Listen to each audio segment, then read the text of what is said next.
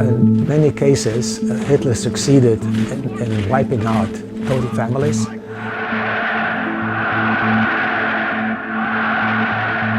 Fortunately for me, he did not succeed with me. I won, not him. My name is Nat Shaffir. I am a Holocaust survivor.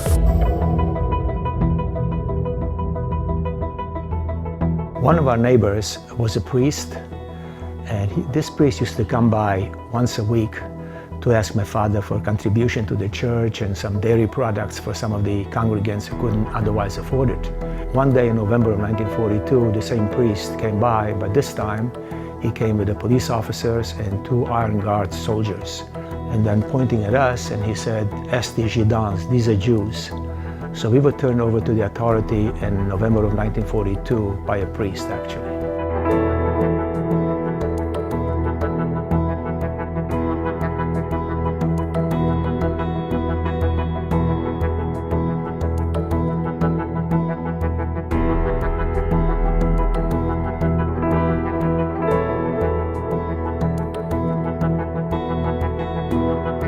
We were escorted to the ghetto.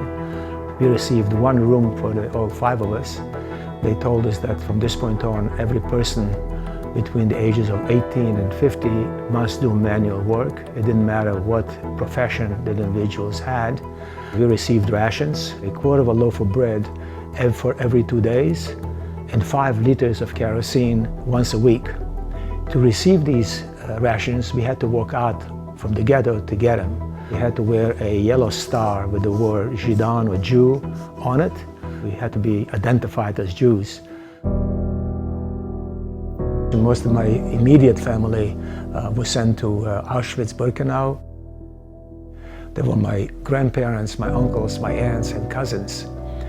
The young ones and the old ones were immediately put to death in the gas chambers. Those who were able to work were put in concentration camps and do slave labor. So 33 of immediate members of my family, only 1 survived. That was my uncle.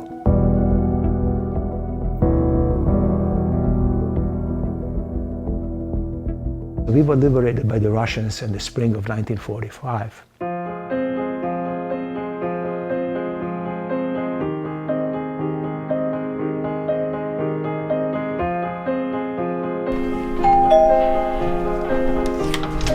Hey, Benji. How you doing? Good, how are you? Okay, good to see you.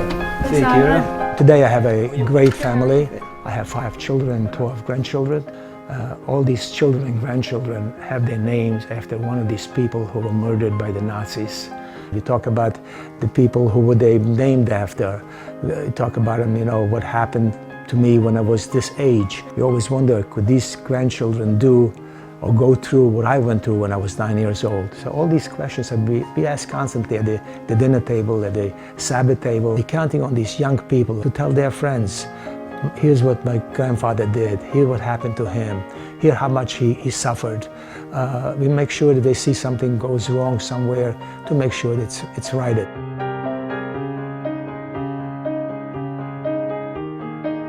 It's important to me to teach younger children, to tell them what happened in the Holocaust, because time is against us. I'm 81 years old, and I'm one of the youngest Holocaust survivors. Most Holocaust survivors are in the 90s, 95.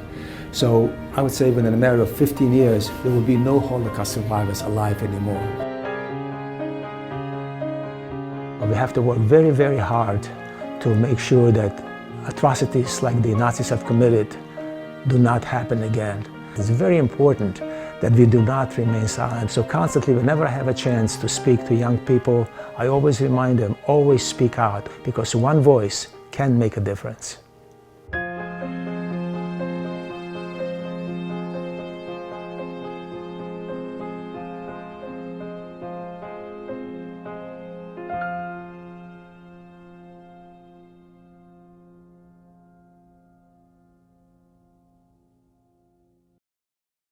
Hello Today fans, thanks for checking out our YouTube channel. Subscribe by clicking that button down there and click on any of the videos over here to watch the latest interviews, show highlights, and digital exclusives.